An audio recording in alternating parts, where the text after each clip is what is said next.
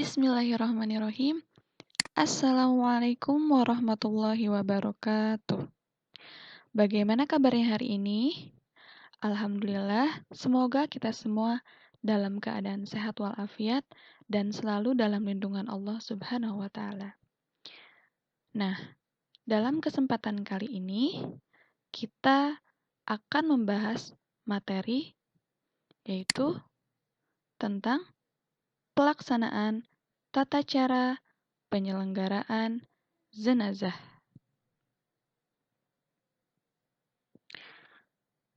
Bagaimana? Sudah siap untuk belajar hari ini? Jangan lupa disimak baik-baik ya videonya.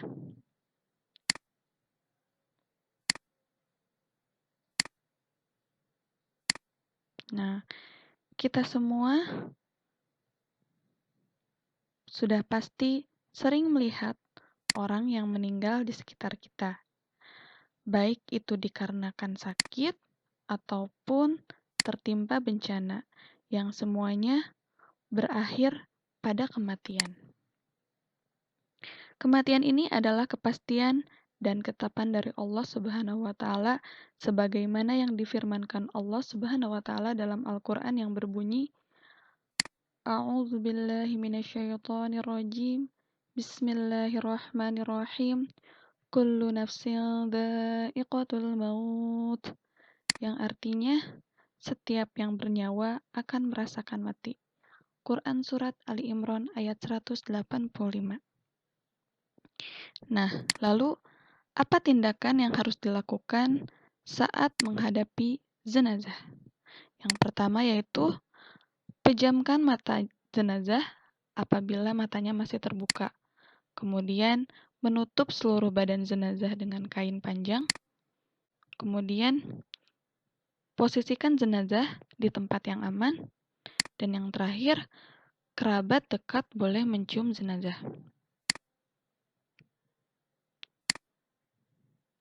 Tata cara mengurus jenazah yaitu ada yang pertama, memandikan jenazah. Yang kedua, mengkafani jenazah. Yang ketiga, mensolatkan jenazah. Dan yang terakhir, menguburkan jenazah. Hukum mengurus jenazah yaitu fardu kifayah. Kemudian kita masuk pada pembahasan yang pertama yaitu memandikan jenazah. Nah, siapa saja jenazah yang wajib dimandikan? Yang pertama yaitu jenazahnya harus orang Islam. Yang kedua, didapati tubuhnya walaupun sedikit. Jadi ada bagian tubuh yang harus dimandikan walaupun yang sedikit. Kemudian ada orang yang berhak memandikan jenazah.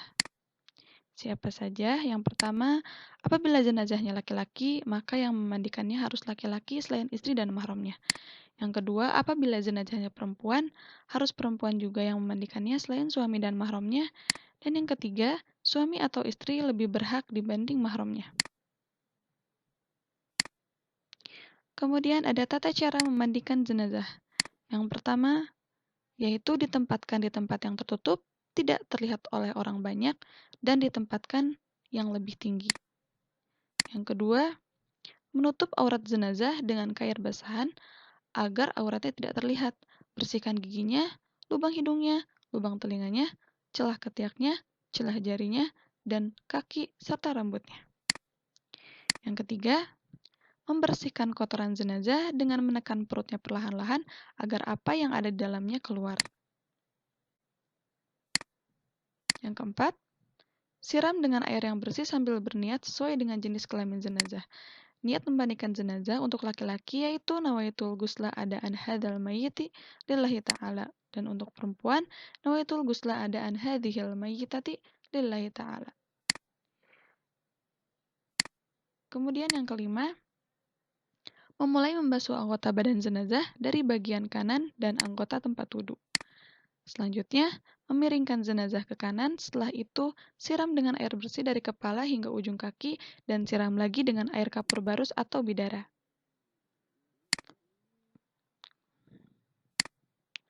Dan yang ketujuh, jenazah diwudukan dan diperlakukan dengan lembut saat membalik dan menggosok anggota tubuhnya.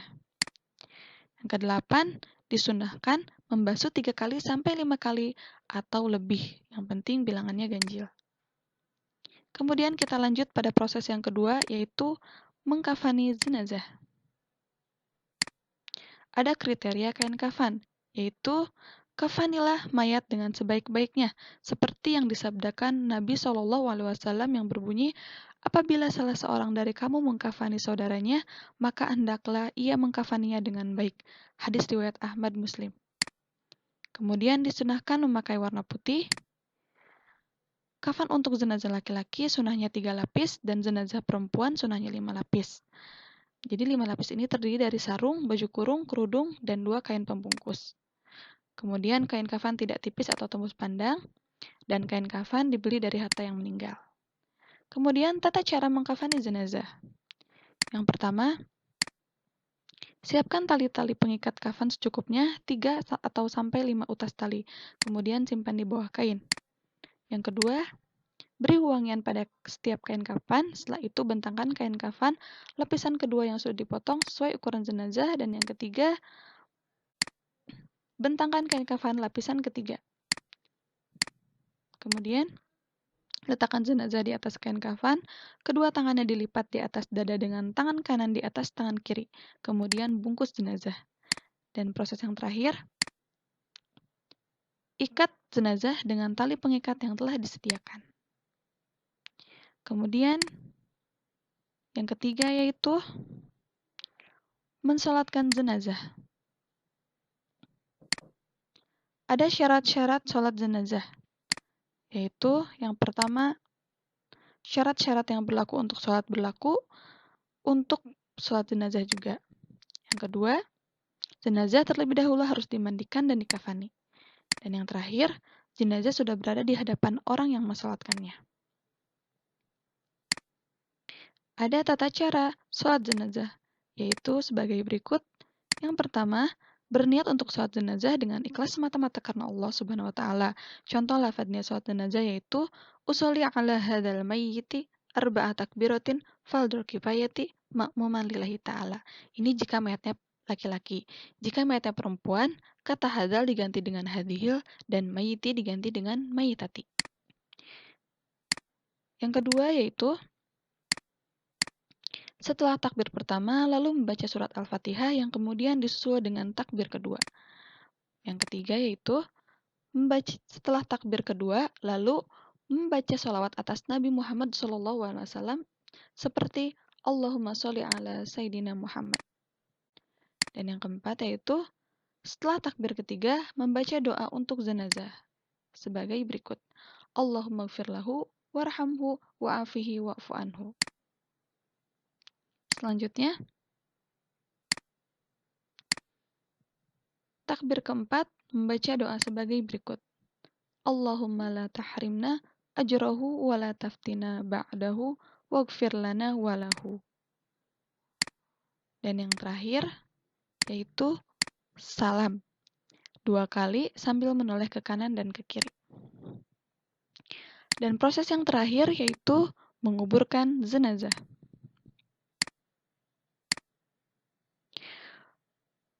Menguburkan jenazah yang pertama yaitu menyegerakan jenazah untuk dikuburkan. Kemudian waktunya boleh di siang hari dan boleh di malam hari. Tidak boleh waktu matahari terbit atau matahari terbenam ataupun matahari tepat di atas kita atau tengah hari. Kemudian meluaskan lubang kuburan dan dalam kuburan. Jenazah dikubur dalam sebuah lubang dengan kedalaman setinggi orang berdiri dengan tangan melambai ke atas dan dengan lebar seukuran 1 dhira' lebih dari 1 jengkal. Kemudian hal-hal yang penting selanjutnya yaitu memiringkan jenazah ke sebelah kanan dan menghadapkannya ke arah kiblat. Disunahkan untuk menempelkan pipi jenazah ke bumi. Setelah jenazah diletakkan secara perlahan di dasar kubur, disunahkan pula untuk melepas tali ikatannya dimulai dari kepala. Pada saat meletakkan ke liang lahat, disunahkan untuk membaca Bismillahi wa ala sunnati Rasulillahi Shallallahu alaihi wasallam. Allahu a'lam. Dan yang terakhir yaitu perilaku mulia terhadap tetangga yang tertimpa musibah. Nah, kita sebagai umat muslim harus peduli dengan orang lain, terutama yang berada di sekitar kita, ketika ada orang yang meninggal atau musibah lainnya. Nah, apa saja perilaku-perilaku mulia itu?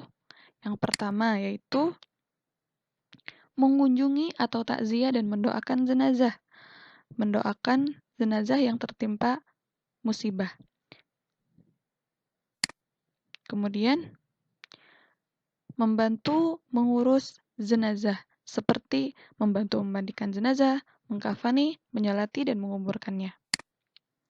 Kemudian, kita bisa memberikan bantuan kepada keluarga korban untuk memperingan bebannya sesuai dengan kemampuan kita. Dan yang terakhir, kita bisa membantu menghibur keluarga korban dengan ungkapan-ungkapan yang membesarkan hati dan nasihat tentang kesabaran dan ketabahan. Nah, jadi alhamdulillah pada hari ini pelajaran kita telah selesai.